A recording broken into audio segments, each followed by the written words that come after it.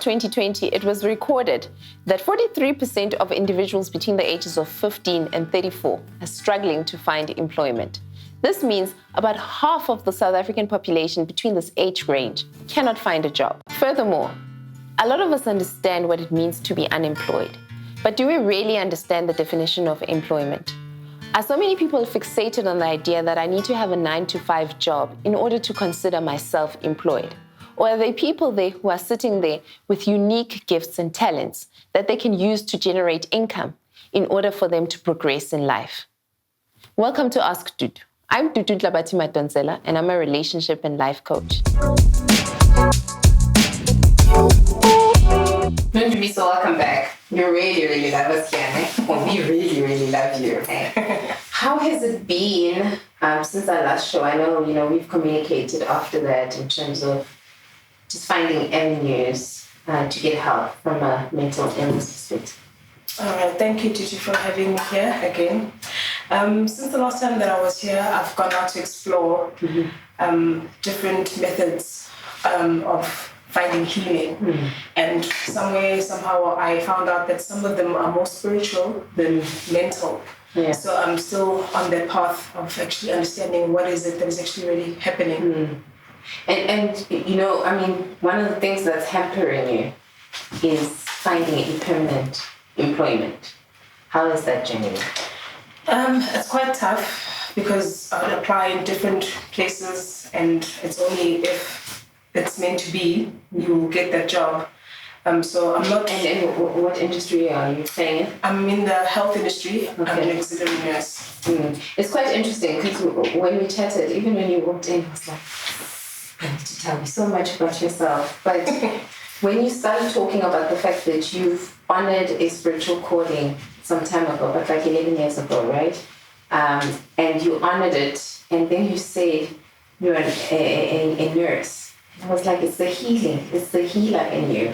Have you ever tried to make that connection and maybe say that maybe this is my path? And from an employment perspective, if I look in that direction, probably that's where I'm going to excel. I'm going to be honest with you. I haven't thought of it that way, but now that you mentioned it now, it actually makes sense because I love working with people. And I'm very sympathetic and empathetic, and I just love helping people and for them to get well. A whole lot of people are becoming healers or finding their purpose in life. And I think this is the space where you are at the moment. But we're going to have more of this conversation in the studio. So follow me.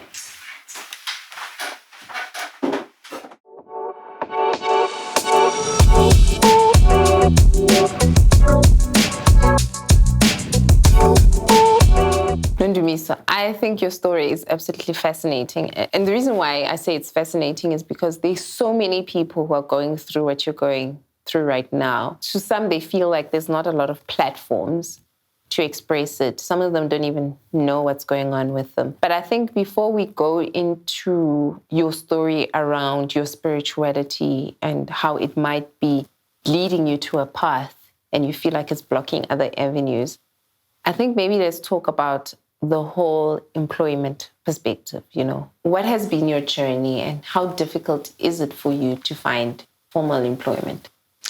Okay. In 2014, I commenced a nursing program, a D4. It was for community nursing, psychiatry nursing, general nursing, and midwifery. So first year was lovely. It was wonderful. And then my second year, that was the problem. I started then experiencing the symptoms of having a mental illness. And that's when I was diagnosed with the condition. So after being told of the condition that I had, I started believing in the condition, made research about it, and started actually living what the symptoms of the condition say. So it was like a self-fulfilling prophecy. Yes. Yeah. So then I tried again. My course was extended. Yeah. I went back to school and then I tried again. I got sick again. I kept on being hospitalized repeatedly, relapsing, was on medication. And I thought to myself, something's not right here. Yeah. Not to say I'm self-praising, but I do believe that I am intelligent. I also do believe that. Thank you very much. So it was actually quite confusing what is actually happening in my life. And actually during that time, there was a cry that I had to bring back iskwama sobnyanga. Oh, who was a healer before? Yes, no, iskwama sobnyanga Sami, because I initiated before starting the program. Okay. That was in 2010. So in 2015, because of the incident that had happened that led me being diagnosed, I had to now make a ceremony to apologize to my ancestors. So wait, I just want to take you a step back. Were you diagnosed with mental illness before or after Utwas? After. After? Yes. And usually some people are misdiagnosed thinking mental illness can actually, it's a calling. Yes. And when they honor the calling, then the symptoms die off. It's quite interesting in your case that it was the other way around. Do you think because you didn't honor Iskwama Sako immediately, do you think that might have led to a depression or the state of mind that you are finding yourself in? I think it's because when I came back from initiation, my parents were a Christian. So my father specifically, he did not understand how there was going to be drums beating in his yard and we living in a suburb, the neighbors are going to complain. So he told me, no, my daughter, not in my yard. So I was honoring and respecting my father and not continue with the journey.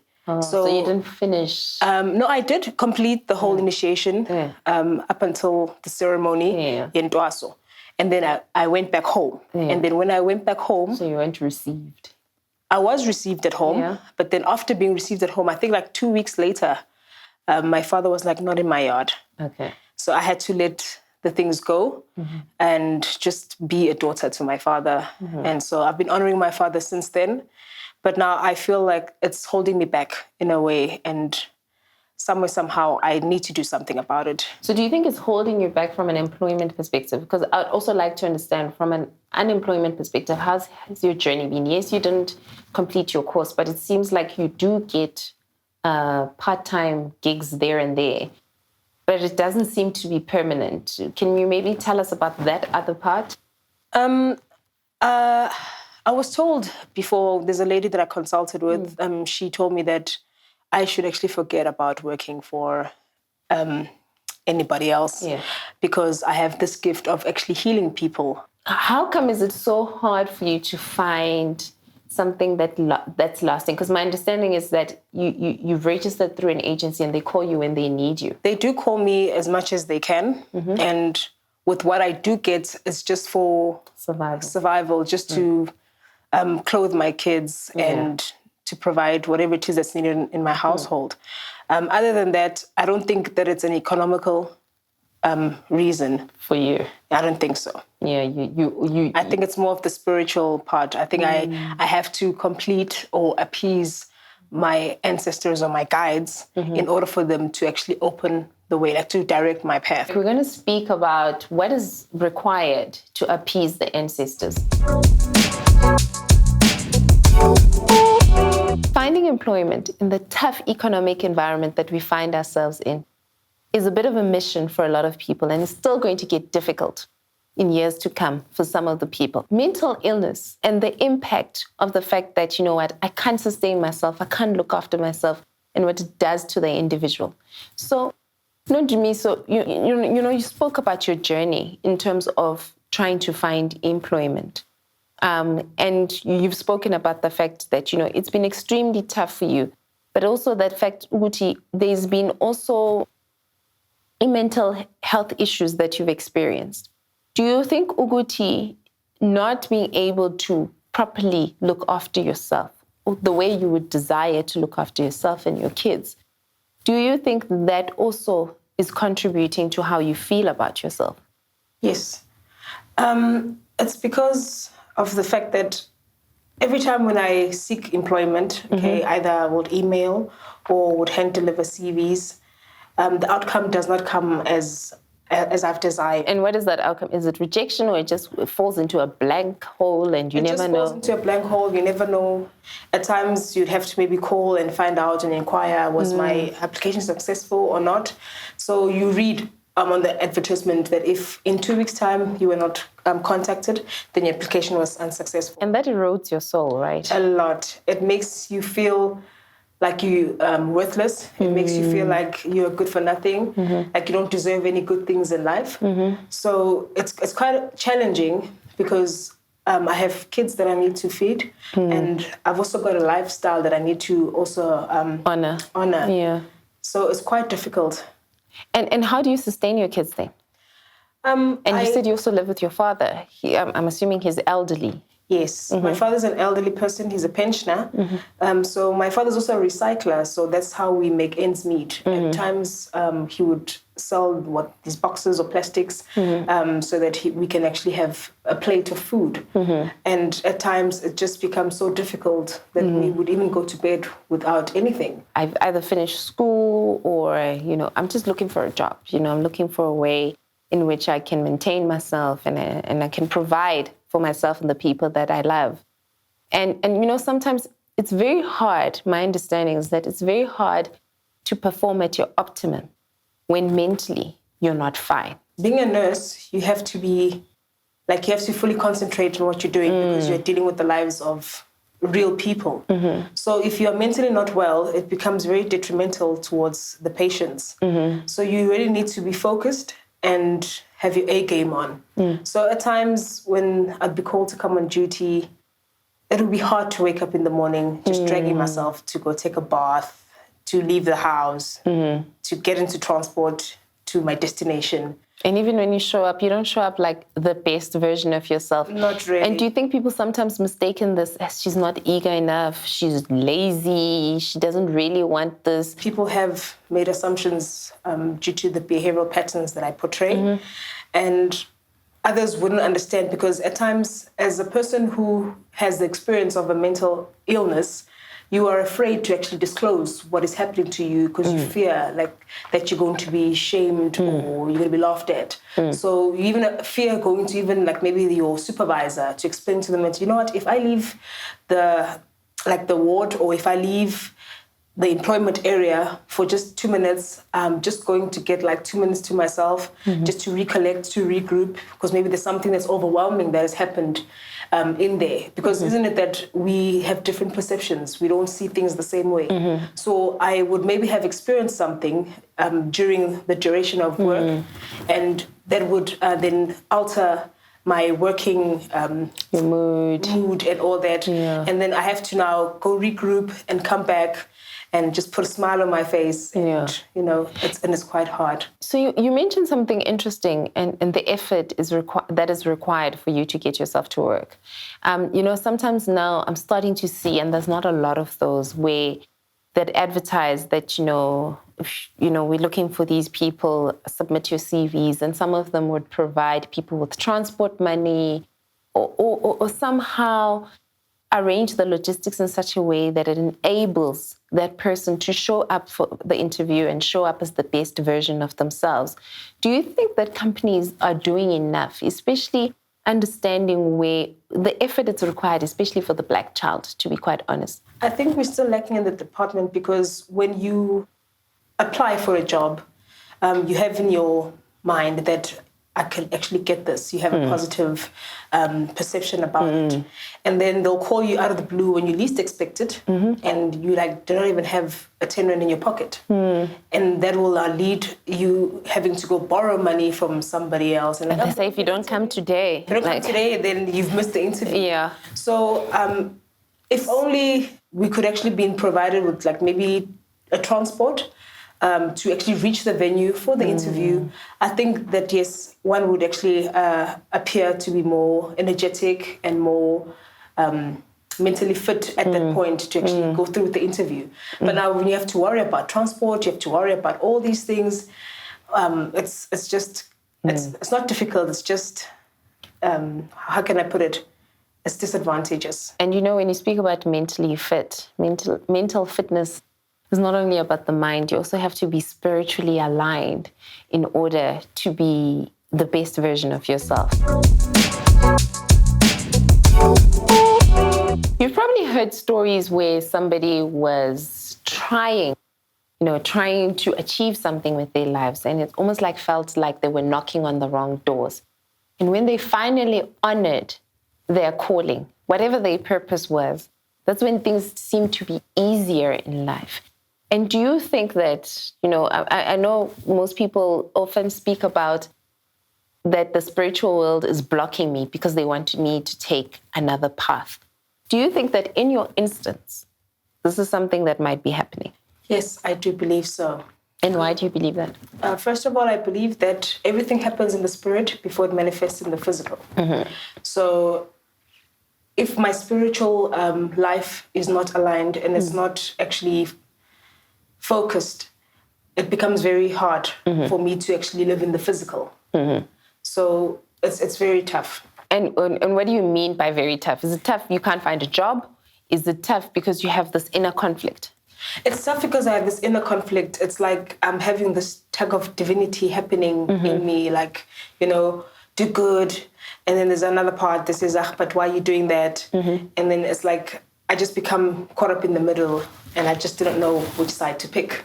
But how come, have you ever tried practicing your gift? Have you ever tried setting up shop? And please, the healers out there, don't kill me when I say setting up shop. It's just lack of a better word. But have you ever tried that?